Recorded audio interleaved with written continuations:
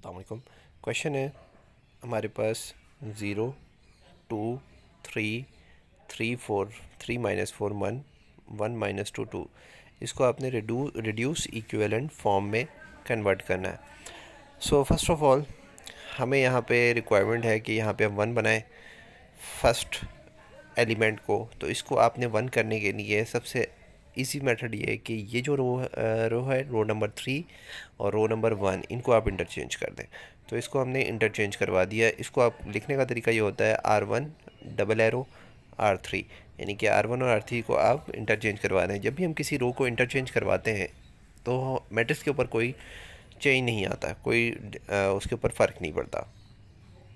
तो इस तरह से आप मैट्रिक्स के अंदर दो रोज़ को इंटरचेंज करवा सकते हैं।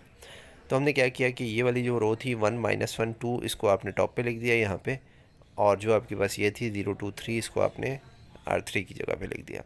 उसके बाद हमारा टास्क ये होता है कि हम ये वाला इसको ज़ीरो बनाएं और इसको ज़ीरो बनाएं। तो ये इसमें से आपके पास एक ज़ीरो ऑलरेडी बना हुआ है, तो उसको करने की ज़रूरत नहीं है, आपने जस्ट इसको ज़ीरो बनाना है। तो इसके लिए क्या करना है, R2 में से, ये जो R2 है इसमें से आपने माइनस करवा देना है 3R3 को। और इसका प्रोसेस ज़रा देख लें। 3 में से, यानी कि वो 1 माइनस 1 2 तो आपने एज इट इज़ लिखना है, और 3 में से आपने माइनस करवाना है किसको, 3 मल्टीप्लाई बाय 1। तो आंसर क्या आएगा, 0, और वो 0 आपको यहाँ पे नज़र आ रहा है। इसी तरीके से -4 में से आपने क्या माइनस करवाना है, 3 मल्टीप्लाई बाय -1। तो जब मैं यहाँ पे सॉल्व करूँगा 3 मल्टीप्लाई बाय -1, तो आंसर क्या आएगा, -3। और क्योंकि मैंने माइनस करवाया तो ये हो जाएगा +3। तो +3 -4 आंसर क्या आता है, -1।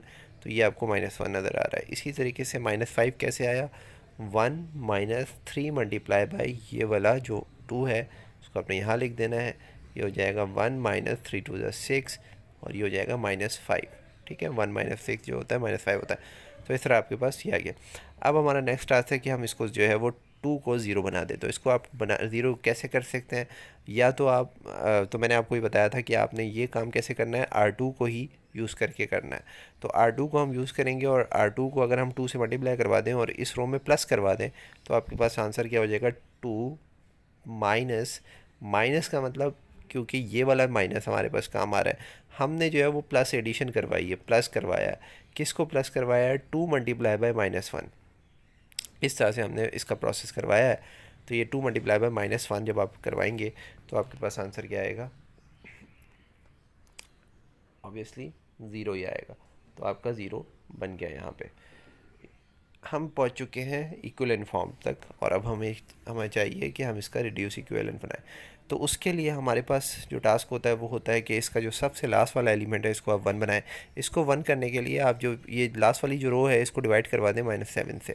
तो हम R3 को डिवाइड करवा देंगे -7 से। 0 को आपने डिवाइड करवाया -7 से, इसी तरीके से 0 को भी -7 से डिवाइड करवा दिया। इसी तरीके से 1 को भी डिवाइड, जो आपका 7 था, इसको भी आपने -7 से डिवाइड करवा दिया। तो 0 को किसी भी चीज़ से डिवाइड करवाएं 0 ही रहता है, और -7 को जब आप डिवाइड करवाएंगे तो आपके पास आंसर क्या आ जाएगा, ऑटोमेटिकली 1 आ जाएगा। तो अब आपके पास यहाँ पे 1 बन चुका है। अब आप इस 1 को यूज़ करके, जो सेम प्रोसेस हम इस 1 को यूज़ करके ये 2 0 बनाया करते थे, अब हम इस 1 को यूज़ करके 5 और 2 को 0 बना देंगे। तो अब हम देखें यहाँ पे, तो 5 को 0 कैसे बना सकते हैं।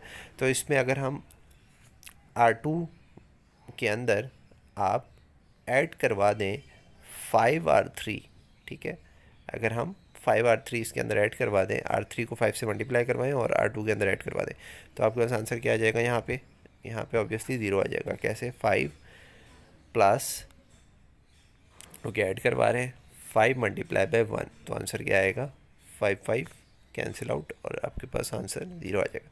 तो यही काम करवाया है। R2 में आपने R3 प्लस करवा दिया। उसके बाद अब हम बनाना चाहते हैं यहाँ पे 0। तो उसके लिए हम क्या करेंगे, अच्छा अब यहाँ पे ज़रा देखिएगा कि हम डायरेक्टली ये काम नहीं करते कि इसको जो है वो 0 बना लें कुछ यूज़ करके। बहरहाल हम कर सकते हैं ऐसा, लेकिन फ़िलहाल हम नहीं कर रहे हैं। हम जो है वो पहले इसको 1 बनाते हैं।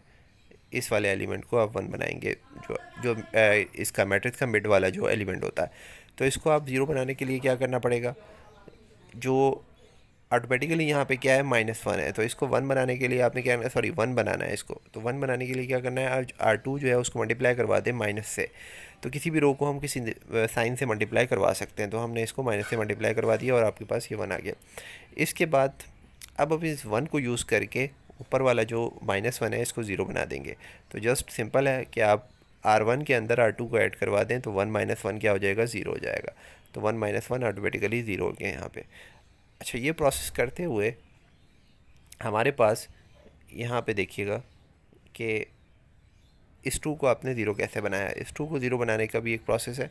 उसके लिए हम यही काम करेंगे कि जो R3 है उसको आप 2 से मल्टीप्लाई करवा दें और ऊपर वाली रो में ऐड करवा दें। ये काम आप ऊपर भी कर सकते थे, हमने इसको 2 स्टेप्स में करवाया है। तो आई होप आपके पास जो फाइनल मैट्रिक्स रिड्यूस इक्विवेलेंट बना है आपको समझ आया होगा। तो इस तरह से आप किसी भी मैट्रिक्स का रिड्यूस इक्विवेलेंट फॉर्म बना सकते हैं। थैंक्स।